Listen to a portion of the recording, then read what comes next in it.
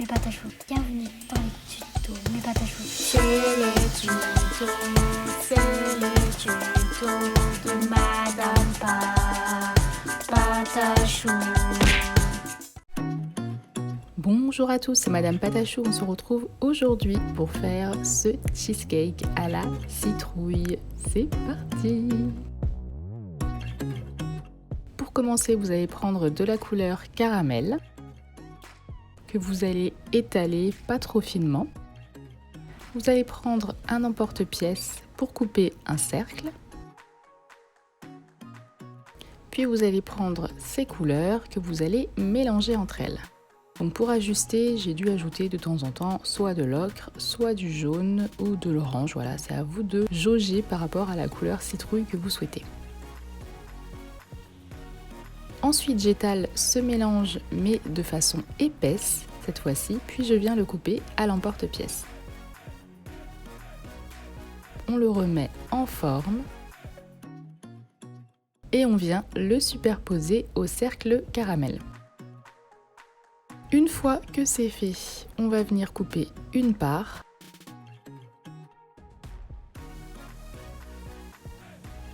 Que l'on va garder, bien entendu. Et on va commencer la texture. Donc pour la texture du biscuit du cheesecake, on va prendre l'aiguille. Et voilà, tout simplement, on va faire une texture comme d'habitude.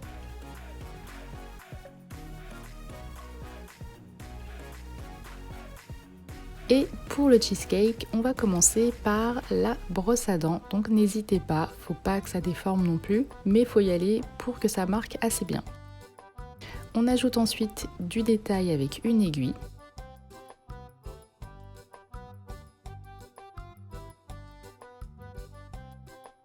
Donc le mieux pour vous, c'est vraiment de prendre une photo de référence. Moi, je ne suis là que pour vous donner des indications.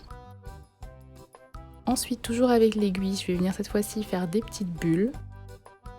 Je vais venir encore hachurer légèrement l'intérieur du cheesecake. On fait la même chose évidemment sur la petite part. Je reprends ensuite du caramel que je viens former en boudin et que je vais couper en plusieurs morceaux. Donc ça va être pour faire des petits biscuits spéculoos, donc on les fait assez petits, enfin du moins de la taille de votre gâteau, enfin proportionnel plutôt. On fait des boules que l'on vient étaler et on vient les texturer. Donc le but c'est pas que ce soit plat, c'est que ce soit légèrement bombé, tout simplement comme un cookie.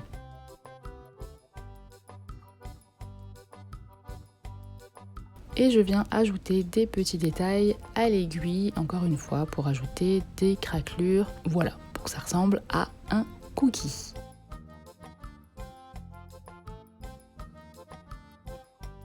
Donc on fait ça évidemment sur tous les petits biscuits. Ensuite, je viens prendre de la peinture acrylique. Donc en attendant, j'ai mis mon gâteau au four pour que ce soit plus simple ensuite de travailler dessus. Donc je l'ai mis à peu près 10 minutes. En attendant, je viens peindre une planche de balsa qui me servira de support.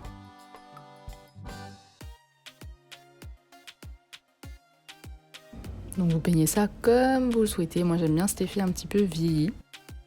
Je prends ensuite du blanc avec un tout petit peu de noir et je vais faire cette assiette. Donc ça c'est un moule de graines créatives que vous pouvez trouver en magasin. Donc moi ce que je fais c'est que je moule ça et je le mets au four puisque comme il est en silicone, ça passe nickel. Je prends ensuite de la pâte blanche tout simplement que je viens transformer comme ça en chantilly. Je prends du orange et un petit peu de caramel que je viens mélanger avec pas mal de fimo liquide pour que ce soit assez liquide. Et je vais venir ensuite sur mon cheesecake cuit, venir faire un quadrillage. Donc c'est approximatif, voilà, il faut vraiment que ça ressemble à de la pâtisserie. Ma petite assiette est cuite. J'ai ensuite mis ma chantilly dans une mini poche à douille, donc pour ça je vous invite à aller voir mon tutoriel de la semaine dernière sur le Starbucks d'automne. Je viens faire mes petits poètes de chantilly. J'y ajoute mes cookies, donc vous les placez comme vous voulez. Là j'ai eu un petit peu de fil blanc que je suis venue enlever, c'est tout l'intérêt de venir cuire son gâteau avant. Donc oui, j'ai oublié de vous dire aussi, il faut le repasser au four quand on a mis le coulis pour éviter que ça bave partout quand vous allez ajouter la chantilly. Et ensuite, je n'ai plus qu'à tout disposer sur ma petite planche. Donc toutes les cuissons, tout ça, je les indique plus vraiment puisque vous faites vraiment comme vous voulez. Moi, je cuis toujours en plusieurs fois en tout cas. Ensuite, une fois que vous avez tout disposé et que tout est cuit, évidemment, on va venir vernir l'assiette et seulement le dessus du cheesecake sans toucher à la chantilly et au cookie. Et voilà, c'est terminé. C'était assez simple, je pense. J'espère en tout cas que ce tutoriel vous a plu et que vous arriverez à le refaire.